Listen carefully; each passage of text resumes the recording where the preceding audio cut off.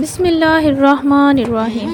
اللہ تبارک و تعالیٰ کے نام سے شروع جو بڑا مہربان اور نہایت رحم کرنے والا ہے۔ آج کی اس ویڈیو کے اندر ہم آپ کو بیان کریں گے کہ اللہ تبارک و تعالیٰ نے سانپ اور مور کو جنت سے کیوں نکالا۔ ان دونوں نے ایسا کون سا گناہ کیا تھا کہ ان کو جنت سے نکال دیا گیا۔ ناظرین محترم، سانپ اور مور جنت سے آئے ہوئے جانور ہیں اور جنت سے باہر بھی آیا جایا کرتے تھے۔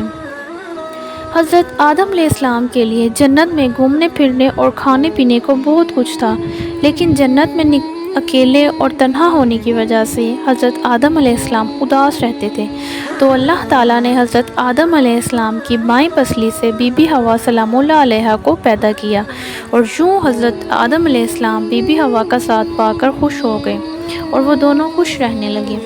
اللہ تبارک و تعالیٰ نے ان سے ارشاد فرمایا کہ تم دونوں جنت میں جہاں چاہو جاؤ، کھاؤ پیو، لیکن خبردار اس درخت کے قریب نہیں جانا اور نہ ہی اس کا پھل کھانا، اگر ایسا کیا تو تم ظالموں میں سے ہو جاؤ گے۔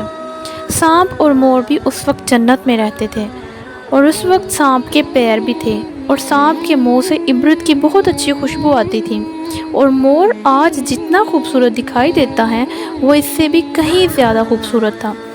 ایک دن جب وہ دونوں جنت سے باہر آئے تو ان کی ملاقات شیطان سے ہوئی۔ شیطان نے ان دونوں سے کہا کہ مجھے بھی اپنے ساتھ لے جاؤ، کیونکہ وہ حضرت آدم علیہ السلام کو سجدہ نہ کرنے کی وجہ سے جنت سے نکالا گیا تھا۔ تو ان دونوں نے کہا کہ ہمیں اللہ تعالیٰ کا خوف ہے، اور اس بات کا بھی خوف ہے کہ تمہیں اپنے ساتھ لے جاتے کوئی ہمیں دیکھ نہ لے، اس لیے ہم تمہیں اپنے ساتھ جنت میں نہیں لے جا سکتے۔ اس پر شیطان نے انہیں اپنی دوستی کا واسطہ دیا کہ ہم جنت میں ساتھ رہتے تھے۔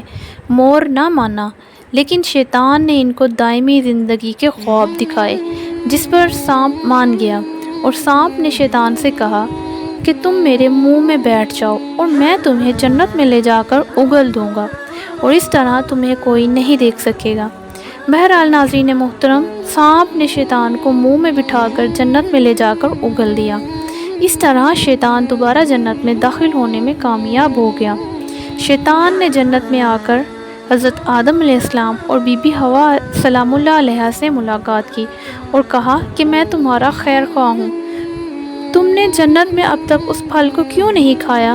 تو اس پر دونوں نے کہا کہ اللہ تبارک و تعالیٰ نے ہمیں اس درخت سے دور رہنے کا حکم دیا ہے اور اس کا پھل کھانے سے منع کیا ہے، اس لیے ہم نے ابھی تک اس کا پھل نہیں کھایا۔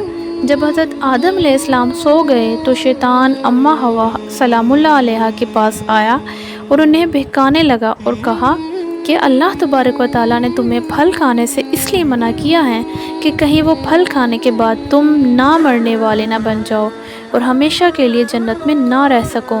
تو بی بی حوا سلام اللہ علیہا نے شیطان کے بہکاوے میں آ کر درخت کا پھل کھا لیا۔ حضرت آدم علیہ السلام جب سو کر اٹھ گئے تو بی بی حوا نے انہیں بھی اس درخت کا پھل کھانے پر مجبور کیا، اور حضرت آدم علیہ السلام نے بھی اس درخت کا پھل کھا لیا۔ ان دونوں نے وہ پھل کھایا تو ان کا جنت کا لباس اتر گیا۔ تبھی اللہ تبارک و تعالیٰ نے ان دونوں سے کہا کہ میں نے تمہیں اس درخت کے پاس جانے سے اور اس کا پھل کھانے سے منع نہیں کیا تھا، لیکن تم دونوں نے میری بات نہ مان کر اور اس درخت کا پھل کھا کر اپنی جان پر ظلم کیا ہے۔ تبھی حضرت آدم علیہ السلام اور بی بی حوا سلام اللہ علیہا کو اپنی لغزش کا احساس ہوا، اور انہوں نے اللہ تبارک و تعالیٰ سے معافی مانگی۔ اللہ تبارک و تعالیٰ نے انہیں معاف فرما دیا اور ان دونوں کو جنت سے نکال دیا اور زمین پر نازل فرما دیا، اور فرمایا کہ زمین پر ایک خاص وقت تک تمہارا ٹھکانہ ہے اور تم زمین پر ہی رہو گے۔ اللہ تبارک و تعالیٰ نے شیطان کو جنت میں لے کر آنے پر مور کی خوبصورتی چھین لی، اور جن پیروں سے وہ شیطان کو جنت میں لے کر آیا تھا انہیں بدصورت بنا دیا، اور جس سانپ نے مور کو شیطان کی مدد کا مشورہ دیا تھا، اللہ تعالیٰ نے اس کے منہ سے عبرت کی خوشبو چھین کر سانپ کے منہ میں زہر بھر دیا، اور سانپ کی ٹانگیں چھین کر مور اور سانپ کو جنت کی اس خوبصورت جگہ سے ہمیشہ ہمیشہ کے لیے نکال دیا، اور یوں سانپ اور مور جنت سے ہمیشہ ہمیشہ کے لیے نکل گئے۔ اللہ تبارک و تعالیٰ سے دعا ہے کہ اللہ تبارک و تعالیٰ ہم سب کو اپنے حفظ و امان میں رکھے، ہمیں نیک اعمال کرنے اور گناہوں سے بچنے کی توفیق عطا فرمائے۔ اور اللہ تبارک و تعالی ہمیں اپنی اور اپنے محبوب صلی اللہ علیہ وآلہ وسلم کی نافرمانی سے محفوظ رکھے۔ آمین ثم آمین۔